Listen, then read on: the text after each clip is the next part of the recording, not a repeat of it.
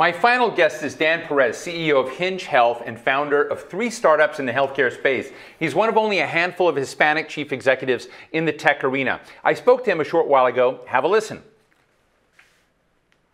Dan, thanks so much for joining us today. Let me just start out. You have had an extraordinary business career. You've launched 3 startups. Hinge Health is by all accounts, and I'm not an expert, but looks to be very, very successful as one of the leading new digital health startups in the musculoskeletal digital arena. And I'm just interested, as we're kind of looking at the broad subject of diversity and inclusion broadly in American society and what the roadblocks are. I'd love to not only hear your experience and how things have gone well, but what are the replicable things you have done that others who would like to break through and might consider as they are thinking about their careers? You broke up just a bit. What people should consider if they want to break into digital health specifically? Yes. Well, I think digital business or digital health. The fact is that you're a very unusual leader in your company. What if we wanted to kind of make you less unusual? Sure. It's a great point. Look, I was born in Miami. My parents immigrated from Cuba, and so I was born here. But both of them are born in Cuba. They actually met in the U.S. And look, I got a lot of great opportunities. My dad was a dishwasher at Denny's for several decades. My mom was a substitute elementary school teacher. So money was tight when we were growing up. But one thing that they always emphasized was the value of education and making sure that we were very purposeful about our own training. They bought a house that was, within walking distance of a library, and we would go to the library as kids all the time. My parents were working a lot, so the librarians were almost our babysitters for a large portion of our childhood. And I would say if you're gonna grow up poor, Utah was a great place to grow up poor. While we were Cuban Catholic immigrants in Utah, we didn't quite fit in with the rest of the population of Utah. I found Utah to be a very welcoming overall place to be, and again, a good place to be poor. It was relatively safe, even in the lower income neighborhoods. And so if you were to replicate something, I would encourage folks who come from disadvantaged backgrounds to still seek out opportunities that are out there, particularly to help with your own education and your own development. And I think that's important no matter who you are as an entrepreneur, because ultimately you will have to learn it yourself. And even if you grow up with a large amount of income, you're going to have to pick up business yourself. You're going to have to pick up certain skills yourself. And I actually found that the challenges of growing up lower income, were advantageous because it builds resilience from an early age. And if you get things handed to you over time, I think that could actually be disadvantageous as you grow older, because you don't build up that resilience and that skill set. In fact, I've even seen it with other startups. There are some startups, because they're the prototypical makeup of a founder, a white kid who studied computer science from Stanford. They could walk into millions of dollars worth of venture capital. Me and my co-founder, we reflect back, like, we had it hard, even from seed stage. Like, nobody would fund us. But that early resilience forced us to build a very successful company and to overcome the fact that we didn't fit the mold of what founders look like. And I think it helped us build a more successful business. And we look at other peers, even peers in digital health, who came from more of a traditional, a background, people from Stanford or other Ivy League schools who had studied CS or looked like your prototypical Silicon Valley founder. And their early days of raising capital were a lot easier than ours, but then it got harder for them over time, because eventually you can't just sell the sizzle, you got to sell a steak. And we focused on building a steak very early on, or cooking a steak. That's fascinating, Dan. And it sounds like you had good parental support. You focused in on the building blocks of traditional success. I recently interviewed a CEO who had gone into finance, and he had a horrible childhood. He was separated from his mother and father early on, grew up in orphanages and foster homes, and he did very, very well. And we talked a little bit about why it was. And he eventually had a foster family who was incredibly supportive, in contrast to some who had not been. And it really enabled him to step forward and also to find ways in telling his own story differentiate himself in a very crowded market of a lot of other folks. But I'm really interested as people are listening to you and your story in Hinge Health, what are some of the things they can do to focus on the stake? What is, I know that everybody's experience is different, and not everyone is going to be developing necessarily a digital health company, but you've done some things over and over and over again. And you ended up, as I understand it, at Oxford. You found certain ways to find pathways in and to overcome those obstacles that may have been in your way. I'm just sort of interested in what the DNA of that is.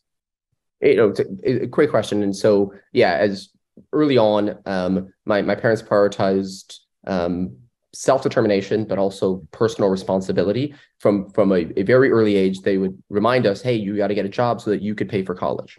Don't anticipate that we're going to be able to pay for all of your college. We're going to do everything we can. And they did everything they can, which wasn't, ultimately a huge impact on overall, college spend. We knew from, 10 years old that we were going to have to work to achieve anything that we need, what you wanted to achieve. I was very fortunate and very lucky to be able to go to Oxford for my PhD. I didn't finish my PhD. I pursued the entrepreneurial path, which my mother was not happy about for me dropping out. And my twin, I have an identical twin brother. He went to Yale Law School. And so, we were able to, I feel like we were very lucky. I sometimes get a bit of survivor guilt, but we were able to get the grades, get the test scores to do that. But we were also very lucky in that, there are a lot of folks who come from our backgrounds who don't have a two-parent household. My parents earned very little individually, but collectively it was enough to buy rice and beans for 5 days a week for dinner, right? And not everybody has that. So if I were to give advice to folks who are also disadvantaged, seek out opportunities. The worst thing that would happen when you ask somebody for help is that they will say no. And, I'm not saying you go and become a panhandler on the street, but be willing to ask a teacher for help. Be willing to say, hey, do you mind if I stay an extra hour in the library? Hey, are there, folks who are there opportunities to get a bit of extra tutoring?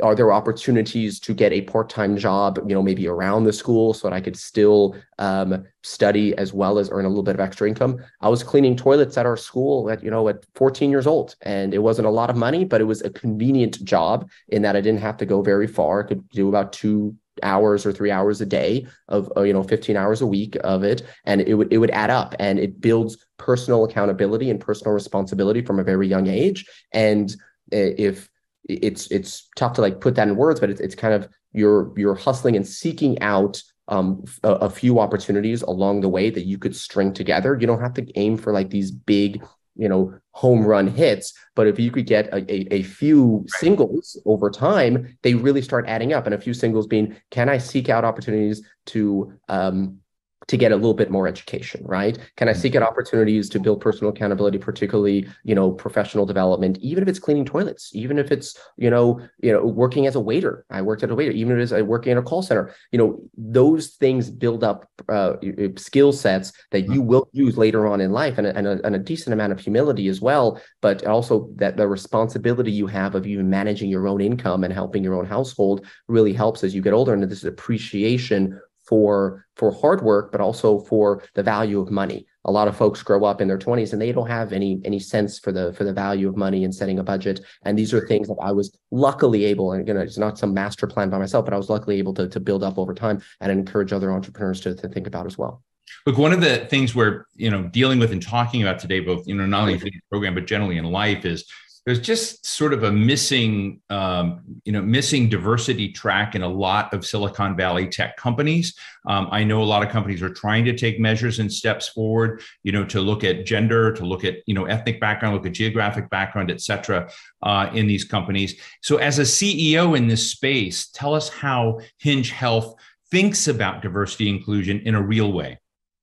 Well, in various ways. One is around the product, and another is around our team as well. So when it comes to healthcare, there is a lot of disparities in healthcare, as well as if you're in financial services, there's a lot of disparities in access to financial products or mortgage products for underrepresented groups. And so specifically for healthcare, which I think is applicable to other consumer products or financial products, is how do you improve access? And despite how advanced the healthcare industry is today, for us, physical therapy is a huge barrier that holds people back from seeking proper care for their pain. About 1 in 2 people have a musculoskeletal disorder in any given year, ranging from sprained ankle to knee arthritis. But lower income populations, particularly people of color, are by far the most impacted by musculoskeletal pain and the mental health comorbidities that come with it. So we've worked really hard to improve access to our product and consistency with our product, such that 99.9% of people who we've been able to give access to our product have access to it without even a $0 copay.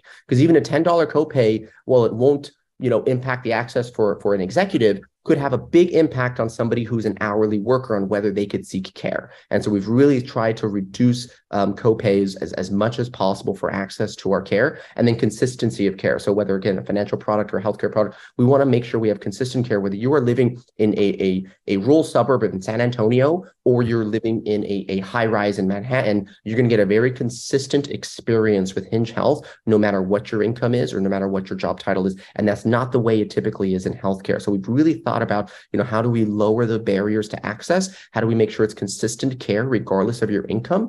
And really then try to tailor the program further when it comes to health literacy. How do we adjust the reading level such that somebody even with a 3rd grade reading level could access the product? How do we improve the language coverage of our product such that folks for whom English might be a second language or English might be a difficult language to comprehend, we don't allow language to be a barrier to their ability to comprehend the healthcare advice that they're getting. And then we've really thought, so that's around the product. And then around the team, we want to make sure our team, the diversity of our team represents the diversity of our patient base. So it starts with our care team. We are very focused on building up diversity in our care team, our physical therapists, our doctors, our nurses, our health coaches, and our integrated care team actually pairs everybody up with a one-on-one health coach, because we know some people have a lot of challenges in just being adherent to their care plan. And our health coaches will actually work with them like, hey, you've got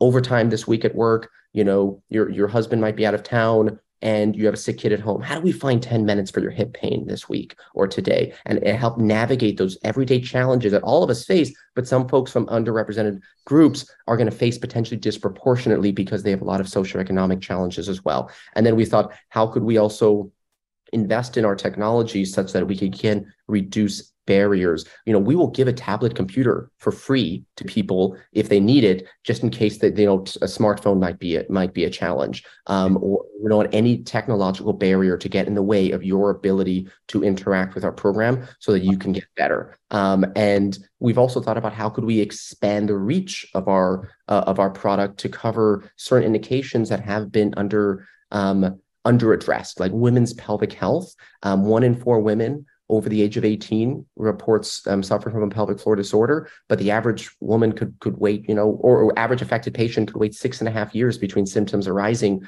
to seeking out care. And so we thought, how could we better address that? And we launched the nation's, the America's first nationally accessible women's pelvic health program. So that's a few of the initiatives that we've been doing. Yeah. So we're very short on time, but I just want to get a sense too of how you're looking at your own executive team. Again, looking at the absence in a lot of leadership positions within digital firms today, and your efforts to turn that around in your own story.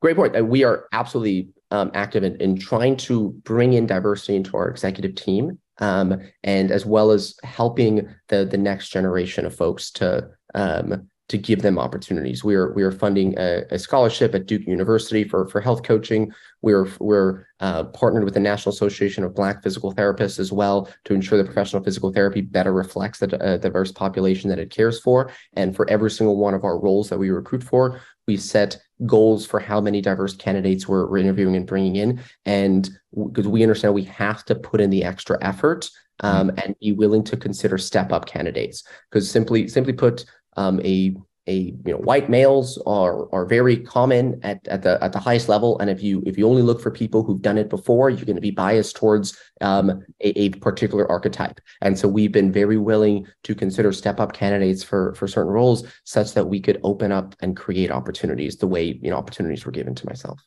Listen, Dan, I could keep this conversation going a long time. I really enjoyed it. I want to thank you. I think the things you're doing are very, very important in a real way, a tangible way of looking at what do we do to kind of make diversity, more achievable, and honestly, to make it less of a topic in a way, because once we achieve this, it will seem normal all the way around. So thank you so very much, Daniel Perez, CEO and co-founder of Hinge Health. Thank you for joining us.